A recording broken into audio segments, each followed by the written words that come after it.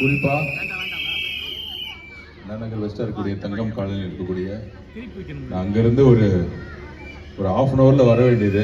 ஆனா 2 மணி நேரமா என்னை வந்து ஒவ்வொரு வீட்லையும் கதவை திறந்து, முக்கியமா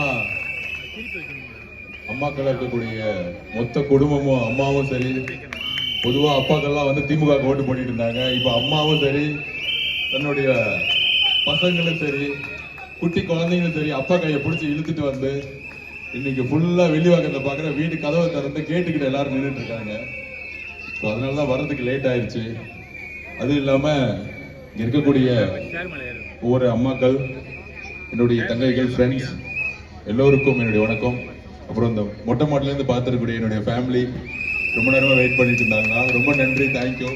நீங்க பேசுறீங்களா? வந்து நான் மட்டும்தான் பாலிடிக்ஸ்ல கஷ்டப்படணுமா? நீங்களும் கொஞ்சம் மேடை ஏறி பேசலாமே. எப்ப பார்த்தாலும் நானே பேசிட்டு இருக்க வேண்டியதா இருக்கு. யாராச்சும் பேசுறீங்களா? தங்கம் காலையில இருந்து வந்து பேசுறீங்களா? பொதுவா நான் இன்னும் அரசியல்வாதிலாம் ஆகல. இப்பதான் வெள்ளை சட்டையை போட்டு விட்டாங்க. நானே கலர் சட்டையை போட்டு வரனால விட மாட்டேங்கிறாங்க. ஒரு மாற்றத்தை உருவாக்குறதுக்காக எங்க அண்ணன் உங்க புள்ள விஜய் அண்ணன் கட்சியை ஆரம்பிச்சாரு. கட்சியை ஆரம்பிச்சது மிச்சம் தான். சென்னையில வந்து பிரச்சாரம் பண்ணா கூட போலீஸ் பர்மிஷன் கொடுக்க மாட்டேங்கிறாங்க. அந்த அளவிற்கு நம்ம பழைய முக ஸ்டாலின் அவருக்கு பயமா இருக்கு. சோ திருச்சியில பிரச்சாரம் முடிஞ்சிச்சு. இங்க வெள்ளிவாக்கத்துல உங்க முன்னாடி, இப்ப கூட நான் வரதுக்கு முன்னாடி ஒரு இடத்துல 500 ஃபேமிலி கிட்டத்தட்ட நைட்டு ஃபுல்லா 1 வாரமா கரண்ட் இல்லைன்னு சொல்லிட்டு அழுதாங்க. இந்த வெள்ளிவாக்கத்துல என்னடா தம்பி, ஓம் சக்தி பராசக்தி திமுக சிஎஸ்சி கட்டிக்கிட்டு இருக்காங்க. தம்பி யாரோ பார்த்து திமுகவுக்கு வந்து பிஎல்ஏ மெம்பர் இருப்பாங்களா? 75 வருஷம் கட்சியா? 75 வருஷம் அனுபவம் எதுக்கு? ஒன்லி கொள்ளடிக்கிறதுக்கு மட்டும்தான் அனுபவம். எவ்வளவு கமிஷன் அடிக்கணும்? 30% குடும்பத்துக்கு, 10% அமைச்சருக்கு, 5% அதிகாரிக்கு. இந்த கால்குலேஷன் போட்டு அனுபவம் தேவையா? அனுபவமே தேவையில்லை. நிர்வாகத்தை வரதுக்கு ஒன்னே ஒரு தகுதி தான் இருக்கணும். உண்மை இருக்கணும், நேர்மை இருக்கணும், அப்புறம் தைரியம் இருக்கும். அது எல்லாம் எங்க கிட்ட இருக்கு. எங்க தலைவர் விஜய் அண்ணன் இருக்கு.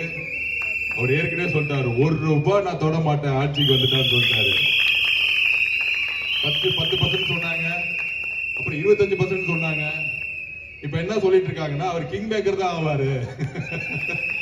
கிங் மேக்கர்னா என்ன?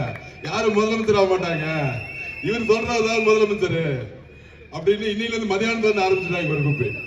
காலைல கூட மீடியா கேட்டேன், Vijay will become king or king maker சொன்னார். நான் சிம்பிளா சொன்னேன், we are not monarchy. அப்படின்னா நான் மன்னராட்சி உருவாக்க வரல, நாங்க மன்னர்கள் கிடையாது. இந்த கிங்க உருவாக்குறது, இந்த கிங் மேக்கர் உருவாக்கலாம் கிடையாது. எங்க அம்மா சாதாரண விவசாயி, கஷ்டப்பட்டாங்க, சின்ன வயசுலயே செத்துட்டாங்க வறுமையினால. நான் இங்க ஒரு வில்லிவாக்க வேட்பாளரும் போது எங்க வறுமை இருக்கோ, எங்க பிரச்சனை இருக்கோ, எங்க சுத்தமான தண்ணீர் இல்லையோ, எங்க ரோடு இல்லையோ, எங்க வந்து ட்ரைனேஜ் இல்லையோ, எங்கெல்லாம் வந்து வறுமையான மக்கள் வந்து நம்ம பாரதியார் காலத்துல இருக்கிற மாதிரி எங்கெல்லாம் இருக்கோ அங்க நிக்கணும்னு வந்தேன். கடந்த 10 நாளா இப்பதான் முதல்ல என்ன வண்டியில ஏத்துனாங்க. நான் சொல்றேன், இல்ல நடந்தே போறேன். நான் ஒரு ஸ்போர்ட்ஸ்மேன், நான் பாஸ்கெட் பால் நேஷனல் பிளேயர். காலையில 7 மணில இருந்து 12:30 மணி வரைக்கும் நடந்துகிட்டு இருக்கேன். பாவம் அக்காலாம் வந்து கூட நடந்து அக்காலாம் கொஞ்சம் வெயிட்லாம் லாஸ் பண்ணிட்டாங்க. நான் சொன்னேன், அண்ணன் கொஞ்சம் சாப்பாடுலாம் கொஞ்சம் நிறைய கொடுக்கணும். என் கூட வந்து நிறைய பேர் வெயிட் லாஸ் ப்ரோக்ராம் பண்ணிட்டு இருக்காங்க. அதனால ரொம்ப கஷ்டப்பட்டு இருக்காங்க. நான் 5 மணி நேரம் இல்ல 8 மணி நேரம் கூட நடப்பேன். சோ ஈவினிங் நடக்கலான்னு பார்க்கும்போது இல்ல, எல்லா இடத்துலயும் லைட் இல்ல, இருட்டா இருக்கு, எங்க பார்த்தாலும் தெருவுல வந்து லைட் இல்ல, அதனால நீங்க வண்டியில லைட் போட்டு வந்துருங்கன்னு சொல்லிட்டு கூட்டிட்டு வந்தாங்க. சோ அந்த மாதிரி என் தங்கம் காலனி வர்றதுக்குள்ள ஒரு இடத்துல 500 குடும்பம் வீட்டுல கரண்டே இல்லைன்னு பிரச்சனை பண்றாங்க. ஆனா 5 வருஷமா எம்எல்ஏ ஆபீசர்ல எம்எல்ஏவும் காணும்.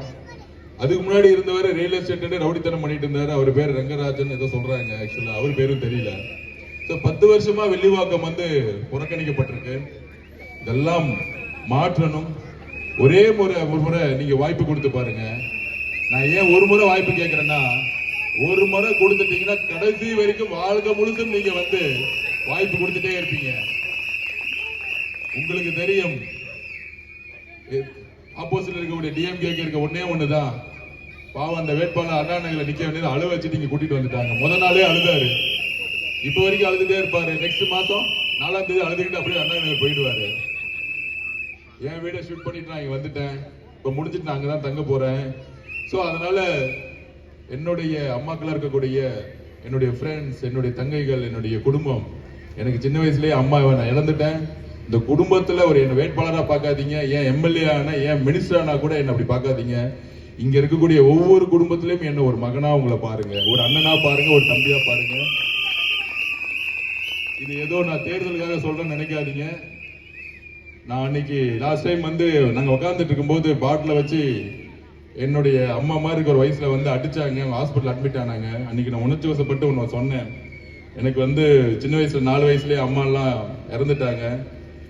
ஆனா இந்த வில்லிவாக்கம் தொகுதி வந்தவொடனே ஒவ்வொரு வீடாவது முதல்ல வெளியே வருது அம்மாக்கள் தான் வெளியே வர்றாங்க. அதுக்கப்புறம் குட்டி குட்டி வாண்டுஸ், அதுக்கப்புறம் என்னுடைய தங்கைகள், என்னுடைய அக்காக்கள்லாம் வரும்பொழுது ஓடி வந்து சொல்றாங்க, நீங்க வாங்க நல்லது செய்யுங்கன்னு சொல்றாங்க. அப்ப ஒவ்வொரு குடும்பமா தான் நான் என்ன பாக்குறேன்.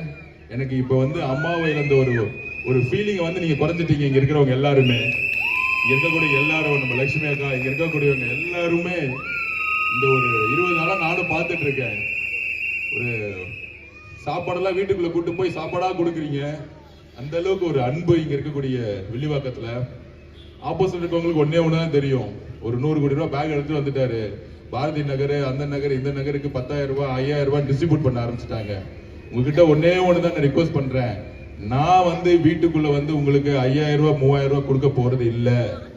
எங்க அம்மா கிட்ட நான் ஓட்டு கேட்கறதுக்கு காசு கொடுக்கணுமா? எங்க அக்கா கிட்ட, என் தங்கச்சி கிட்ட ஓட்டு வந்து நான் காசு கொடுக்கணுமா? ஒரு முறை மட்டும் ஓட்டு காசு வாங்காம, இல்ல காசு கொடுத்தாலும் வாங்கிக்கிட்டு ஒரு முறை மாற்றத்தை கொண்டு வாங்க. ஒட்டுமொத்த தமிழ்நாடு மாறும். ஒவ்வொரு எம்எல்ஏ ஜெயிக்கும் போது எங்களுடைய அண்ணன் தலைவர் விஜய் அவர்கள் முதலமைச்சராக வரும்பொழுது மிகப்பெரிய மாற்றம் வரும். அனுபவம் இருக்கா? பிஎல்ஏ மெம்பர்ஸ் இருக்காங்களான்னு பாக்குறேன். நானும் திமுக எல்லாம் வயசாகிட்டு பிஎல்ஏ மெம்பர் நின்றுட்டு இருக்காங்க, காலையில பாக்குறேன். ஆனா அவங்களுக்கு இப்ப கூட சமூக ஊடகத்துல ஒரு வீடியோ வந்துட்டு இருக்கு. ஒரு திமுக காரர் வந்து இந்த துண்டை எடுத்து ஒரு குழந்தைக்கு 10 வயசு குழந்தைக்கு போடுறான். அவன் எடுத்தவனே சொல்றான், அந்த குழந்தை இப்ப ஓடிக்கிட்டு இருக்கு. இப்ப இன்ஸ்டாகிராம்லயும் ஃபுல்லா யூடியூப்ல ஓடிட்டு இருக்கு. அந்த பையன் மேல வண்டி மேல உட்காந்துட்டு, நான் டிஎம்கே இல்ல டிவிகே அப்படின்னு சொல்றது யாருன்னா 10 வயசு பையன். அதுக்கு டிஎம்கே கவுன்சிலர் அவன்கிட்ட பேசுறாரு, நானும் நீனும் அரசியல்ல பேசி போட்டி வச்சுக்கலாமான்னு கேட்க, அந்த பையன் நான் ரெடிங்கிறான். என்ன அரசியல் மாற்றம்! 10 வயசு பையன் அரசியல் பேசுற அளவுக்கு இன்னைக்கு வந்து எங்க தலைவர் விஜய் அண்ணா வந்து யோசிக்க வச்சிருக்காங்க. சமூகத்துல எவ்வளவு பெரிய மாற்றம் இது! அரசியலே வேண்டாம், நம்ம உண்ண உணவு பத்தி யோசிப்போம், உடைய பத்தி யோசிப்போம், நல்ல வீடை பத்தி யோசிப்போம். அதோட சேர்ந்து 4வது ஒண்ணு பத்தி யோசிக்கணும், நல்ல அரசியலை யோசிக்கணும். அப்படி நல்ல அரசியலை யோசிக்கலன்னா உண்ண உணவு இருக்காது, துணிமணியும் கட்டிட்டு போயிடுவாங்க, இருக்கிற வீடு இடிச்சிருவாங்க, சத்யா நகர் மாதிரி. சோ இது 3த்துக்கு அடிப்படை என்னன்னா, நம்ம அரசியலை பத்தி பேசணும். நான் தவறு செய்திருந்தா கொஸ்டின் கேட்கணும். அதை வச்சு நான் நீங்க சொன்னீங்களே, தப்பு செஞ்சீங்களே அப்படின்னு எதிர்காலத்துல கொஸ்டின் கேட்கணும். அப்படி ஒரு அரசியலுடைய விழிப்புணர்ச்சி இந்த ஒரு வருஷமா தமிழ்நாடு முழுசும் உருவாகி இருக்கு. இது ஜனநாயகத்துல மிகப்பெரிய ஒரு விஷயம், நல்ல விஷயம். குறிப்பா பெண்கள் இன்னைக்கு கொஸ்டின் கேட்கறாங்க, நீ 5,000 ரூபாய் கொடுக்குற ஓகே, ஆனா நீங்க எந்த ஸ்கீம்ஸ் ஏன் வந்து டெலிவரி பண்ணல அப்படின்னு கேட்கறாங்க. பெண்கள் பாதுகாப்புக்கு இல்லை. இன்னைக்கு நான் வரும்போது நிறைய தெருவில் சொல்றாங்க, நிறைய காலனிலாம் சொல்றாங்க, என் பெண்கள் வந்து ரோட்ல வந்து ஒரு 10 மணிக்கு மேல வந்து ஒரு ஆபீஸ் போயிட்டு தெருவில் நடந்து வர முடியல, எங்க பார்த்தாலும் இருட்டா இருக்கு, ஒரு லைட்டு கூட போடல, சிசிடிவி கேமரா வந்து எந்த தெருவிலுமே இல்ல, அப்ப எங்களுக்கு பாதுகாப்பு எங்க இருக்கு வில்லிவாக்கத்துல அப்படின்னு வந்து இங்க இருக்கக்கூடிய பல்வேறு தாய்மார்கள் கேட்டு இருக்காங்க. கண்டிப்பாக எலெக்ஷன் முடிஞ்சு ஒரே ஒரு மாசம் தான் இருக்கு, முடிஞ்சு எம்எல்ஏவா நீங்க உங்களுடைய சப்போர்ட் தேர்ந்தெடுக்கப்பட்ட பிறகு எல்லா தெருவிலும் சிசிடிவியா பொருத்தப்படும், பெண்களுடைய பாதுகாப்பு உறுதிப்படும். ஒரு சென்ட்ரல் சிஸ்டம், ஒரு வார் ரூம் கிரியேட் பண்ணி எல்லா தெருக்களும் மானிட்டர் பண்ணக்கூடிய ஒரு சென்ட்ரல் கமாண்ட் சிஸ்டத்தை உருவாக்கப்படும்.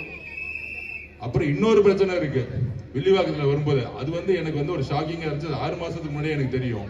அது என்ன பிரச்சனை அப்படின்னா, எல்லா தெருவிலையும் மாடை விட்டுருக்காங்க. என்ன மனுஷனோட மாடுதான் அதிகமா இருக்கு எல்லா தெருவிலையும். நான் நடந்து போறேன், எங்க பார்த்தாலும் சாணிதான் இருக்கு. ரோட்ல வந்து நடந்து கூட போக முடியல. அப்ப அங்க இருக்கக்கூடிய எல்லா மக்களும், ஐநாவரத்துல இருந்து எல்லா மக்களும் சொல்றாங்க, எல்லா மாடு பாட்டி காலையில இருந்து வந்து சுத்திக்கிட்டு இருக்கீங்க. அந்த மாடு யாருன்னு பார்த்தா இங்க இருக்க கவுன்சிலரோடது.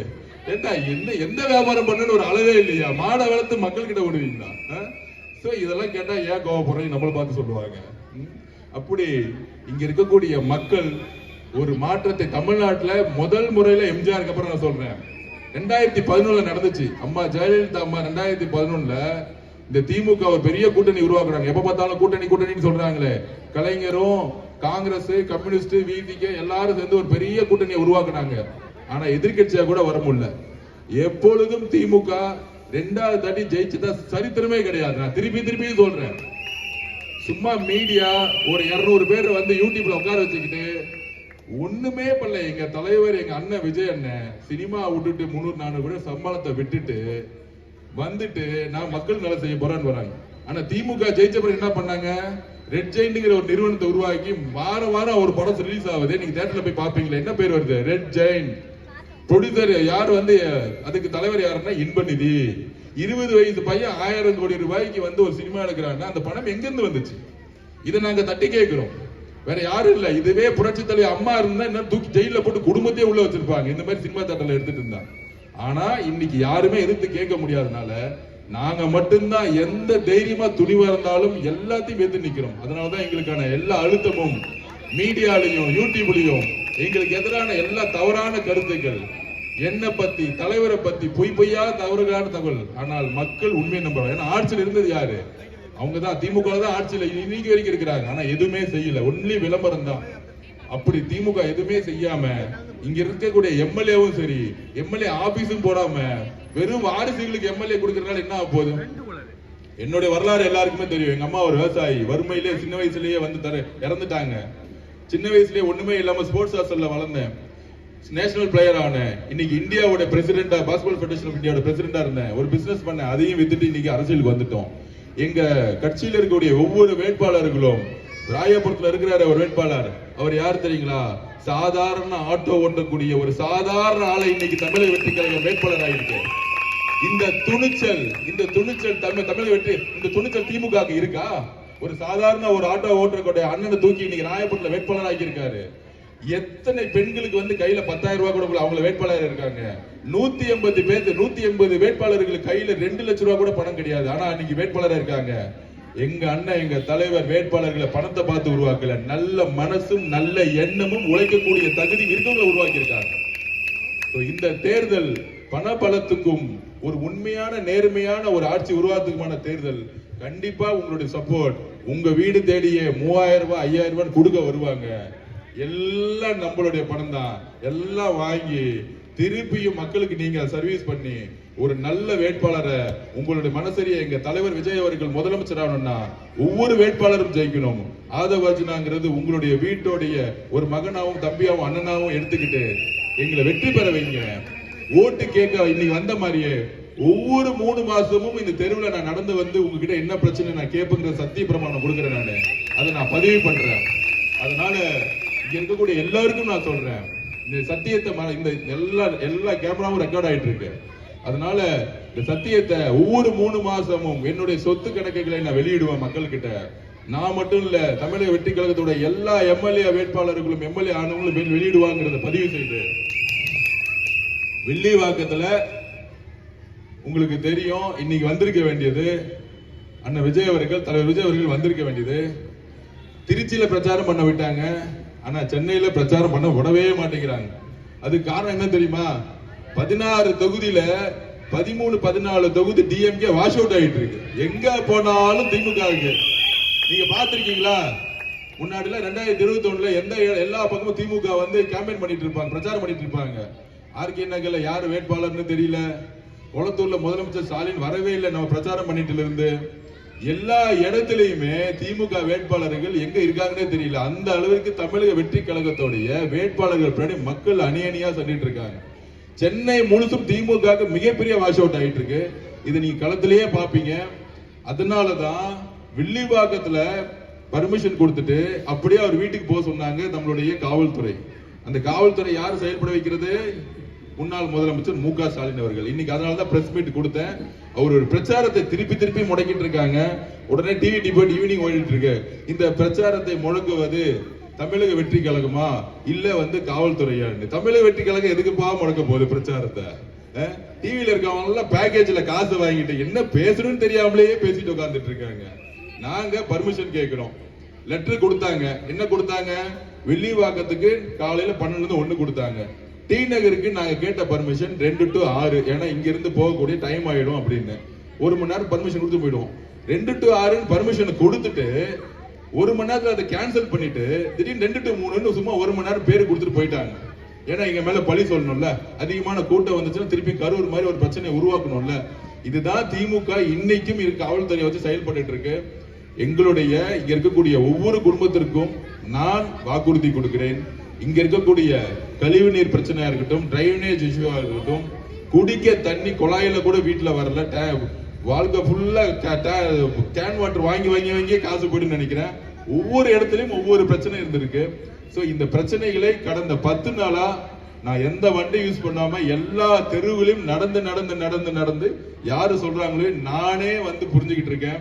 கண்டிப்பா வெற்றி பெற்ற பிறகு ஒவ்வொரு வீட்டுக்கும் ஒவ்வொரு தெருவிலுக்கு பிரச்சனைகளை உறுதியாக சரி செய்வேன் என்ற ஒரு வாக்குறுதியும் சத்தியத்தையும் கொடுத்து உங்களுடைய சப்போர்ட் எப்பொழுதும் நீங்க கொடுக்கணுங்கிறத நான் சொல்லி உங்கள ஒரு மகனா, உங்கள ஒரு தம்பியா, அண்ணனா, ஒரு ஃப்ரெண்டா என்ன அக்செப்ட் பண்ணி, ஒரு அரசியல்வாதி எல்லாம் பார்க்காதீங்க, ஒரு ஃப்ரெண்ட்லியா எப்ப வேணா ரீச் பண்ணலாம். நாளையில இருந்து ஒரு நம்பரை இந்த வில்லிவாக்கத்துக்கு அனௌன்ஸ் பண்ண போறேன். எப்ப வேணா என்ன ரீச் பண்ணலாம். அந்த மாதிரி 24 மணி நேரமும் என்ன ரீச் பண்ணக்கூடிய நம்பரை நாளைக்கு டிக்ளேர் பண்ண போறேன்.